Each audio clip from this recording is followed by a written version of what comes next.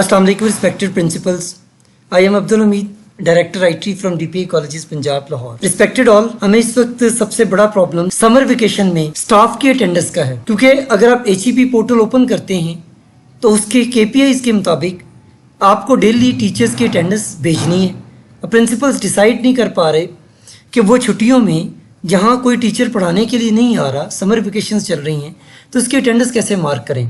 इसी तरह graduate colleges में कुछ टीचर्स को क्लासेस असाइन की गई हैं, कुछ को नहीं असाइन की गई, तो उनकी अटेंडेंस मार्क कैसे होगी HEP के ऊपर। आज का हमारी ये छोटी सी वीडियो इस फंक्शनैलिटी के लिए है। इसे गौर से देखिएगा और इन स्टेप्स पर डेली अमल कीजिए अपनी अटेंडेंस सेंड करते हुए। टीचर्स में प्रिंसिपल और अगर वाइस प्रिंसिपल की डेजिग्नेटेड सीट है तो फिर ये दोनों प्रेजेंट होते हैं डेली कॉलेज में, क्योंकि ये एडमिनिस्ट्रेशन की पोस्ट है, टीचिंग की पोस्ट नहीं है। और अगर आपके पास TDO चार्ज है या इंचार्ज प्रिंसिपल हैं तो फिर भी आपको रेगुलर डेली बैठना होता है। ये समर वेकेशंस एडमिनिस्ट्रेटिव पोस्ट के लिए नहीं होती।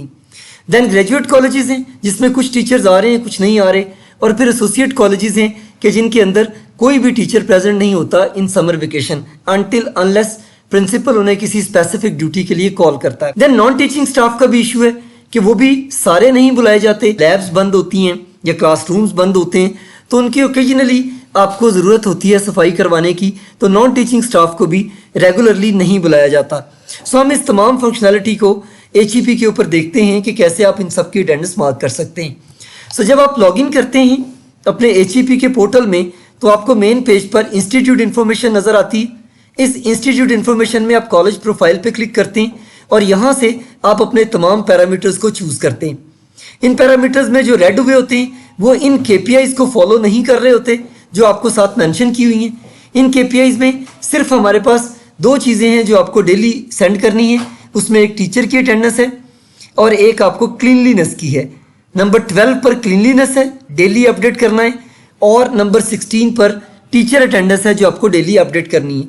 अभी स्टूडेंट अटेंडेंस का मॉड्यूल आपका एक्टिव नहीं हुआ जो कि डेली अपडेट करना पड़ता था। कुछ दिनों के लिए एक्टिव किया गया था लेकिन अब ये एक्टिव नहीं है। सो आपको पैरामीटर नंबर 12 और पैरामीटर नंबर 16 ये दोनों डेली अपडेट करने हैं। बाकी कुछ 3 मंथ्स में है, कुछ 1 मंथ में है, कुछ वीकली हैं कि जिन्हें आपको अपडेट करना होता है। सो चूँकि टीचर अटेंडेंस डेली में आती है, सो आप ये देखिए जो भी कॉलेज है इन्होंने अपनी टीचर्स की अटेंडेंस को अपडेट नहीं किया हुआ, कल की डेट में अपडेट नहीं किया हुआ, क्योंकि हमेशा आपके सारे दिन की जो एक्टिविटीज़ आप HEP पे करते हैं वो रात को 12 बजे क्रॉन जॉब के तहत PITB उसे सिंक्रोनाइज करता है लाइव के साथ।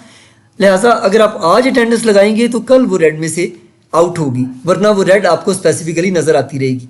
सो इसमें क्लीनलीनेस भी आप देख सकते हैं कि ये एक्चुअली क्लीनलीनेस और टीचर अटेंडेंस ये डेली अपडेट होने वाले मॉड्यूल्स हैं, ये दोनों अपडेट नहीं किए गए जिसकी वजह से रेड नज़र आ रहे हैं। सो अगर हम यहाँ पे क्लिक करते हैं तो हमारे पास ये डेली जो अटेंडेंस सेंड की गई है वो नज़र आ रही होती है।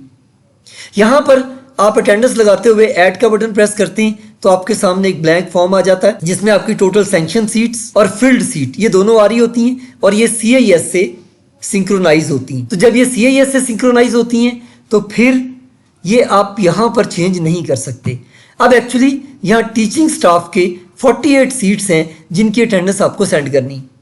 इनमें से अगर प्रिंसिपल, वाइस प्रिंसिपल या कोई head of department, controller examination, कोई भी जिसे प्रिंसिपल एक तो अटेंडेंस लगवाते हैं और दूसरा उन्हें बाद में सर्टिफिकेट देते हैं कि इन्होंने इन वेकेशन को यूज़ नहीं किया और इनका कन्वेंस अलाउंस जो है वो एलोकेट कर दिया जाए, AGFS को लिख के भेजते हैं। आप वो यहाँ पर लिखिए। फर्ज करें कि ये एक ग्रेजुएट कॉलेज है और इन 38 में से 18 टीचर्स हैं कि जो ग्रेजुएट क्लासेस को कंडक्ट कर रहे हैं, तो आप यहाँ पर 18 टीचर्स, एक प्रिंसिपल, आप यहाँ पे 19 लिखेंगे।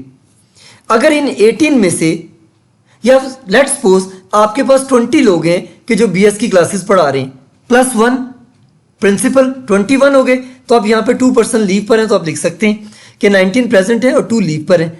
अगर आप में से कोई अटैचमेंट में, आपके कॉलेज में से कोई स्टाफ अटैचमेंट में किसी director office, deputy director office या DPE ऑफिस या HED में काम कर रहा है तो आप वो भी यहाँ पर लिख दीजिए। जैसे जैसे आप यहाँ पर एंट्रीज करते जाएंगे आपके ये एब्सेंट की तादाद कम होती जाएगी। आप 38 में से 19 प्रेजेंट हैं, 2 लीव पर हैं और 2 अटैचमेंट पर हैं, तो ये टोटल हमारे पास हो गए 23। सो 38 माइनस 23 आपके पास 15 बचते हैं। अब ये 15 वो टीचर्स हैं कि जिनको आपने क्लासेस एलोकेट नहीं की हुई, ये नहीं पढ़ा रहे क्लासेस, ये वो टीचर्स हैं आपके जो इंटर की क्लासेस पढ़ाते हैं और इंटर की समर वेकेशन चल रही। तो आप यहाँ पर 15 लिख दीजिए, लेक्चर नॉट असाइन, तो ये ऑटोमेटिकली एब्सेंट आपके 0 हो जाएंगे। अगर ये एसोसिएट कॉलेज होता तो हम इसी तरह से इसे फिल करते कि 38 हमारी सीट फिल्ड है, एक प्रिंसिपल जो है वो प्रेजेंट है, लीव पे कोई नहीं है, अटैचमेंट पे कोई नहीं गया हुआ, और हमारे 36 टीचर्स हैं, 37 टीचर्स हैं कि जिनको कोई लेक्चर असाइन नहीं किया गया। यही केस आपका नॉन टीचिंग के लिए कि जितने लोगों को आप बुला रहे हैं जो प्रेजेंट हो रहे हैं उनको आप यहाँ पर मेंशन कीजिए, अगर उनमें से कोई लीव पर है तो यहाँ मेंशन कीजिए, और ये जो 11 आपके एब्सेंट में शो हो रहे हैं इन्हें कर दीजिए लेक्चर नॉट असाइन। ये बाद में ये जो लेक्चर नॉट असाइन है नॉन टीचिंग के लिए, ये वर्कलोड असाइनमेंट की बात होगी, ये हम चेंज कर देंगे। आप फिलहाल यहाँ पर वो आपका स्टाफ, नॉन टीचिंग स्टाफ जिसे आप नहीं बुला रहे कॉलेज में, उनको आप यहाँ पर मेंशन कर दीजिए। इसी तरह CTIs हैं, CTIs क्योंकि आपके हैं ही नहीं, ना कोई प्रेजेंट है ना कोई लीव पर है, इस सबको छोड़ के आप इसे सबमिट करवा सकते हैं। जब आप इसे सबमिट करवा देंगे तो ये आपकी आज की अटेंडेंस मार्क हो जाएगी। हम यहाँ पर 0 कर देते हैं जी, हम इसे सबमिट करते हैं तो हमारे पास ये लास्ट अपडेटेड डेट, आज की डेट 5 जून आ गई। अब ये कल ये जो कॉलेज है ये टीचर अटेंडेंस रेड में से निकलेगी, यानी जब 6 डेट कैलेंडर ईयर चेंज होगा, कैलेंडर की डेट चेंज होगी, डे चेंज होगा, तो टीचर अटेंडेंस वाला मॉड्यूल रेड से ग्रीन में चला जाएगा।